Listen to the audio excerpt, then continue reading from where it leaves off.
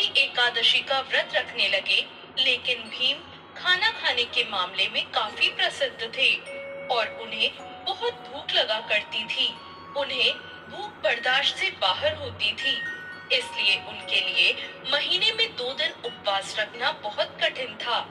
जब पूरा परिवार उन पर व्रत रखने के लिए दबाव डालने लगा, तो वो इसकी युक्ति ढूंढने लगे कि उन्हें भूखा नहीं रहना पड़े और उपवास का पुण्य भी उन्हें मिल जाए। अब उधर पर आई इस विपत्ति का समाधान भी उन्होंने महर्षि वेदव्यास से ही जाना। भीमसेन वेदव्यास जी से बोले, परम बुद्धिमान पितामह, मेरी उत्तम बात को सुनिए। राजा युधिष्ठिर, माता कुंती, द्रौपदी, अर्जुन, नकुल और सहदेव ये सभी एकादशी को कभी भोजन नहीं करते और मुझसे भी हमेशा यही करने को कहते हैं कि भीमसेन, तुम भी एकादशी को ना खाया करो। किंतु मैं उन लोगों से यही कहता हूँ कि मुझसे भूख नहीं सही जाएगी।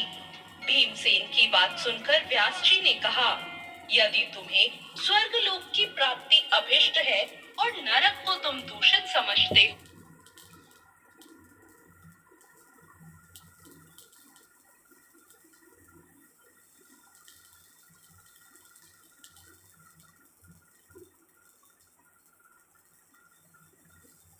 हो, तो दोनों पक्षों की एकादशियों को भोजन मत किया करो।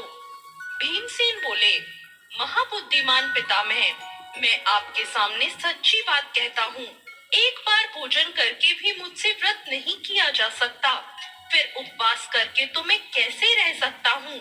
मेरे उदर में व्रत नामक अग्नि सदा प्रज्वलित रहती है, अतः जब मैं बहुत अधिक खाता हूँ तभी ये शांत होती है। इसलिए महामुने, मैं वर्ष भर में केवल एक ही उपवास कर सकता हूँ, ऐसा उपवास जिससे स्वर्ग की प्राप्ति भी सुलभ हो जाए और इसे करने से मैं कल्याण का भागी भी हो सकूं।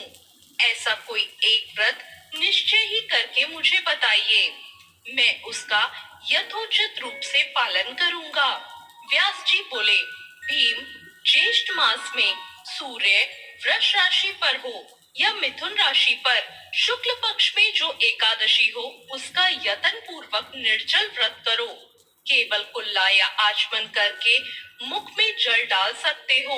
उसको छोड़कर किसी प्रकार का जल विद्वान पुरुष मुंह में न डाले, अन्यथा व्रत भंग हो जाएगा। एकादशी को सूर्योदय से लेकर दूसरे दिन के सूर्योदय तक मनुष्य जल का त्याग करे तो ये व्रत पूर्ण होता है। तदंतर द्वादशी को प्रभात काल में स्नान करके ब्राह्मणों को विधि पूर्वक जल और स्वर्ण का दान करे। इस प्रकार सब कार्य पूरा करके जितेंद्रिय पुरुष ब्राह्मणों के साथ भोजन करे। वर्ष भर में जितनी एकादशियां होती हैं, उन सब का फल निर्जला एकादशी के सेवन से मनुष्य प्राप्त कर लेता है, इसमें कोई संदेह नहीं है। शंख, चक्र और गदा धारण करने वाले भगवान केशव ने मुझसे कहा था कि यदि मानव सबको छोड़कर एकमात्र मेरी शरण में आ जाए और एकादशी को निराहार रहे, तो वो सभी पापों से छूट जाता है। एकादशी व्रत करने वाले पुरुष के पास विशाल काय, विकराल आकृति और काले रंग वाले दंड पाशधारी भयंकर यमदूत नहीं आते। अंतकाल में पीतांबरधारी सौम्य स्वभाव वाले, हाथ में सुदर्शन चक्र धारण करने वाले और मन के समान वेगशाली विष्णुदूत आखिर इस वैष्णव पुरुष को भगवान विष्णु के धाम ले जाते हैं। अतः निर्जला एकादशी को पूर्ण यत्न करके उपवास और श्रीहरि का पूजन करो। स्त्री हो या पुरुष, यदि उसने मेरु पर्वत के बराबर भी महान पाप किया हो, वो सब इस एकादशी के प्रभाव से भस्म हो जाते हैं। जो मनुष्य उस दिन जल के नियम का पालन करता है, वो पुण्य का भागी होता है।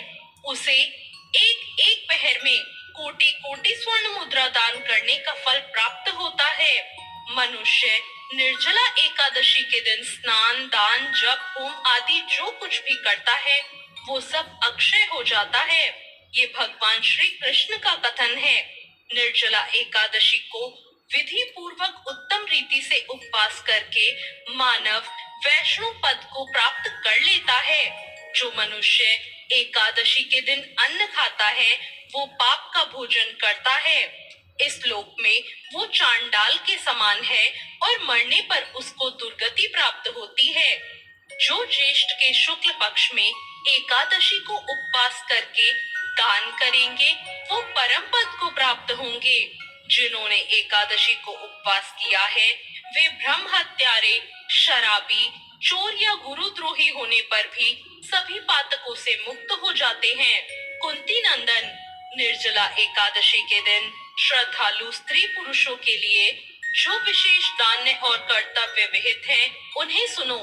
उस दिन जल में शयन करने वाले भगवान विष्णु का पूजन और जलमयी धेनु का दान करना चाहिए अथवा प्रत्यक्ष धेनु या घृतमयी धेनु का दान करना उचित है। पर्याप्त दक्षिणा और भांति भांति के मिष्ठानों द्वारा यत्न पूर्वक ब्राह्मणों को संतुष्ट करना चाहिए। ऐसा करने से ब्राह्मण अवश्य संतुष्ट होते हैं और उनके संतुष्ट होने पर श्री हरि मोक्ष प्रदान करते हैं। जिन्होंने शम, दम और दान में प्रवृत्त हो श्री हरि की पूजा और रात्रि में जागरण करते हुए इस निर्जला एकादशी का व्रत किया है, उन्होंने अपने साथ ही बीती हुई 100 पीढ़ियों और आने वाली 100 पीढ़ियों को भगवान वासुदेव के परम धाम में पहुंचा दिया है। निर्जला एकादशी के दिन अन्न, वस्त्र, गौ, जल, शैया, सुंदर आसन, कमंडलू तथा छाता दान करना चाहिए। जो श्रेष्ठ तथा सुपात्र ब्राह्मणों को जूता दान करता है वो सोने के विमान पर बैठकर स्वर्ग लोक में प्रतिष्ठित होता है। जो इस एकादशी की महिमा को भक्ति पूर्वक सुनता या उसका वर्णन करता है वो भी स्वर्गलोक में जाता है। चतुर्दशी युक्त अमावस्या को सूर्य ग्रहण के समय श्राद्ध करके मनुष्य जिस फल को प्राप्त करता है वही फल इसके श्रवण से भी प्राप्त होता है। पहले दंत धावन करके ये नियम लेना चाहिए कि मैं भगवान केशव की प्रसन्नता के लिए एकादशी को निराहार रहकर आचमन के सिवा दूसरे जल का भी त्याग करूंगा। द्वादशी को देवेश्वर भगवान विष्णु का पूजन करना चाहिए। गंध, धूप, पुष्प और सुंदर वस्त्र से विधि पूर्वक पूजन करके जल के घड़े का दान संकल्प करते हुए करना चाहिए। हमें कहना चाहिए कि संसार सागर से तारने वाले हे देव देव ऋषिकेश, इस जल के घड़े का दान करने से आप मुझे परम गति की प्राप्ति करवाइए। भीमसेन, ज्येष्ठ माह के शुक्ल पक्ष की जो शुभ एकादशी होती है उसका निर्जला व्रत करना चाहिए। उस दिन श्रेष्ठ ब्राह्मणों को शक्कर के साथ जल के घड़े का दान करना चाहिए। ऐसा करने से मनुष्य भगवान विष्णु के समीप पहुंचकर आनंद का अनुभव करता है और द्वादशी को ब्राह्मण भोजन कराने के बाद स्वयं भोजन करना चाहिए। जो इस प्रकार पूर्ण रूप से पापनाशिनी एकादशी का व्रत करता है वो सब पापों से मुक्त होकर आनंदमय पद को प्राप्त होता है।